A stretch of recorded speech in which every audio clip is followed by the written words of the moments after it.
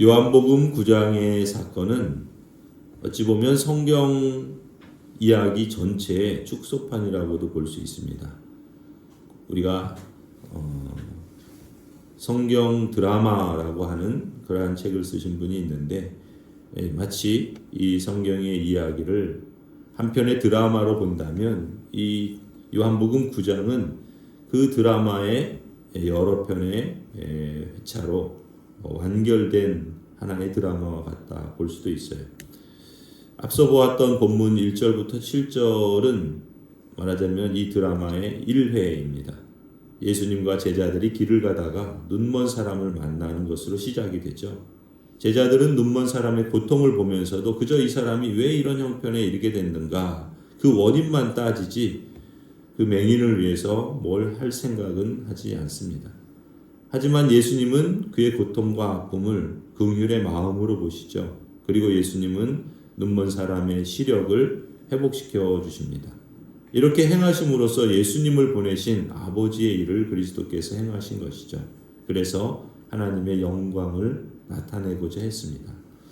그리고 2회로 넘어갑니다. 8절부터 이어지는 내용인데 그 눈먼 사람의 이웃들 중에 어떤 일이 일어나죠. 이웃들이 그 눈먼 사람이 어느 날 갑자기 시력을 회복한 것을 보고 놀라죠. 그러면서 이러쿵 저러쿵 말을 합니다. 지금 보고 있는 이 사람이 나면서 소경된 그 사람이야? 틀림없다. 그럴 리 없다. 이러쿵 저러쿵 설왕설래합니다.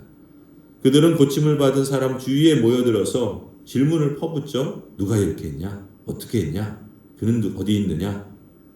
눈을 뜨게 된 사람은 자신이 경험하고 알고 있는 것을 말해줍니다.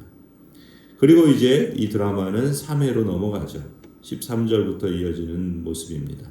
눈을 뜨게 된 사람은 이제 종교 지도자들, 특별히 바리새파 사람들 앞으로 불려갑니다. 왜냐하면 안식일에 고침을 받았기 때문에 일을 한 것이죠.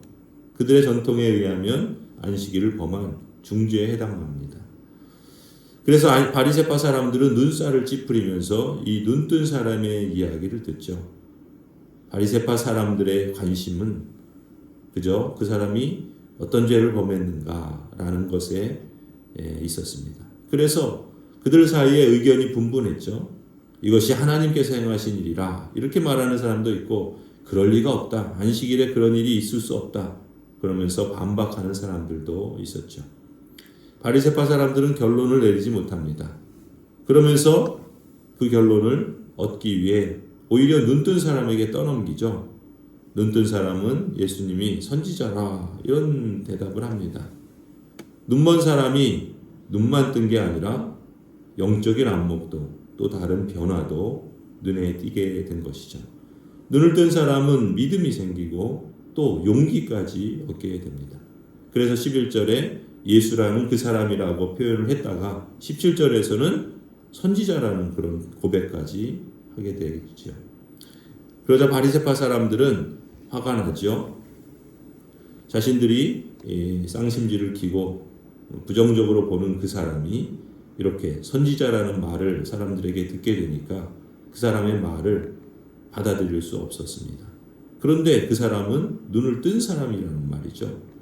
그래서 다른 증거를 요구할 뿐이죠. 이러면서 이 드라마는 점점 재밌어집니다.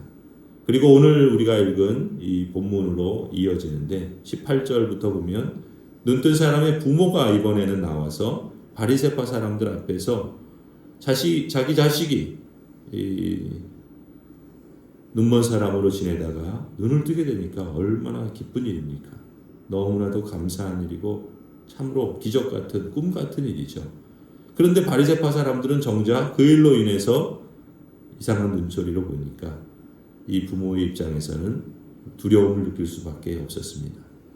예수님을 믿는 사람들에 대해 이 유대교와 유대 공동체에서 있는 종교 지도자들은 예수님을 믿는 사람들은 쫓아낸다, 출교시킨다, 그 공동체에서 축출해버린다라는 이러한 결정을 알았기 때문이었습니다.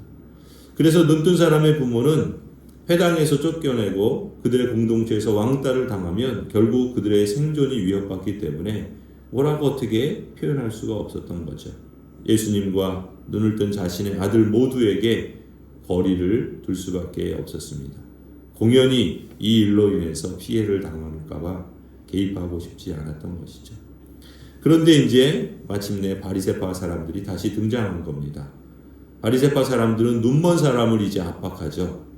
너를 고친 사람이 율법을 어긴 죄인이다. 그걸 고백해라. 이런 식으로 몰아가고 위협을 합니다. 이렇게 해서라도 사람들이 혹시라도 이런 기적을 행하고 사람들의 관심을 사는 이 예수를 따르지 못하도록 막으려는 속셈이었죠. 눈뜬 사람이 마치 종교 재판장의 심판대에 서 있는 모습이었습니다. 이 사람이 무슨 잘못을 했다고 마치 신문을 하고 심판을 하듯 이 사람을 몰아세우죠. 그 사람을 기소한 이유, 이렇게 몰아세우는 이유는 예수님의 제자가 됐다라는 이런 제목을 뒤집어 씌웁니다. 눈뜬 사람은 주위 사람들이나 부모의 도움 없음에도 불구하고 오히려 자신의 믿음과 용기를 더욱더 강한 면모로 드러냈죠. 눈뜬 사람은 신문하는 바리새파 사람들과 그 주위에 모인 여러 사람들 앞에서 오히려 담대하게 증언합니다. 25절이죠. 나는 그분이 죄인인지 아닌지 잘 모릅니다. 다만 한 가지 내가 아는 것은 내가 눈이 멀었다가 지금은 보게 되었다는 사실입니다. 이 일은 아무도 부인할 수 없는 사실이었습니다. 그리고 더 나아가서 33절에 보면 이렇게까지 말하죠. 그가 하나님께로부터 오신 분이 아니라면 아무 일도 하지 못하셨을 것입니다.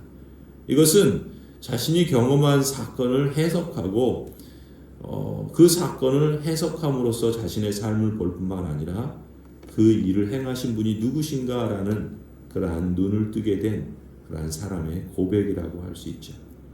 이제 신문하는 바리새파 사람들이 결정을 내려야 합니다. 이 사람의 증언과 이 사람의 변론을 모두 인정하든지 그렇지 않으면 율법에 대한 바리새파 사람들의 그 고정관념, 자신들의 생각, 그걸 그대로 고집해야 할지. 결국 그들은 자신들의 고정관념과 그 생각을 고집하죠. 그래서 예수님이 고쳐주신 그 눈뜬 사람을 쫓아낼 수밖에 없었습니다. 그리고 이어지는 이 드라마의 마지막 회는 35절부터 이어집니다. 여기서 예수님은 회당에서 쫓겨난 바로 이 눈뜬 사람을 찾아가시죠. 그리고 그에게 물으시고 또 당신이 누구신가를 밝혀주십니다. 눈뜬 사람은 예수님을 선지자로 고백했을 뿐만 아니라 이제 더 나아가서 주님 내가 믿겠습니다 라고 고백하게 됩니다. 그리고는 예수님께 엎드려서 경배를 하지요.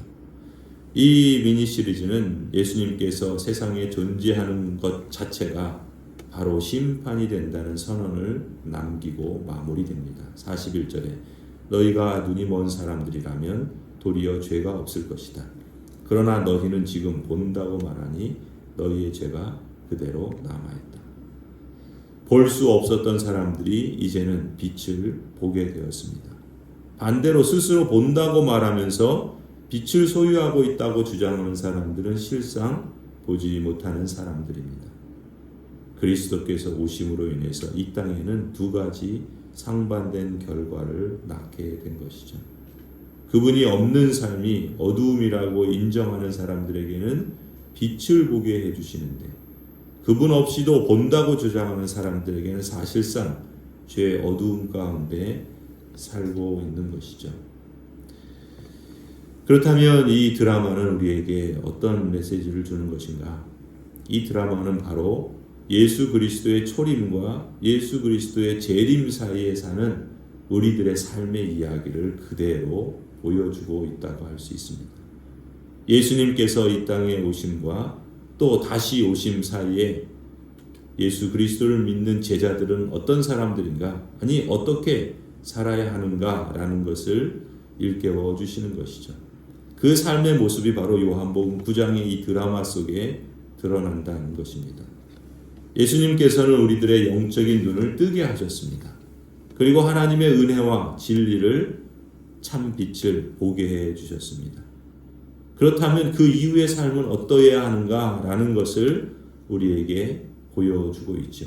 이 눈뜬 사람의 증언을 통해서, 이 사람의 변화의 모습을 통해서, 그의 마음의 생각, 그의 입의 고백, 그리고 그가 살아가는 삶의 자세들을 통해서 주위 사람들의 말거리가 되고, 때로는 그들과 논쟁을 벌이기도 하고, 또 심지어 부모들조차도 외면하고 또 따돌림을 당할 때, 그리고 그 공동체에서는 죄인이라고 낙인 찍고 그 공동체로부터 내쫓김을 당하기도 하는 그러한 삶의 모습은 오늘날 그리스도인들이 참된 믿음을 갖고 살아갈 때 경험할 수 있는 그러한 한 모습이라고 할 수 있겠죠. 하지만 예수 그리스도의 말씀과 성령 하나님께서 거듭나게 하셔서 눈을 뜨게 된 그러한 실감을 한 성도는, 그러한 확신을 가진 성도는 사람들의 고정관념, 사람들의 구습과 간섭, 그리고 사람들의 전통, 사람들의 이러쿵저러쿵 설왕설래하는 말들, 그러한 공격들에 대해서 결코 흔들리지 않을 것입니다. 예수 그리스도께서는 분명 다시 오시기 때문에 그렇습니다.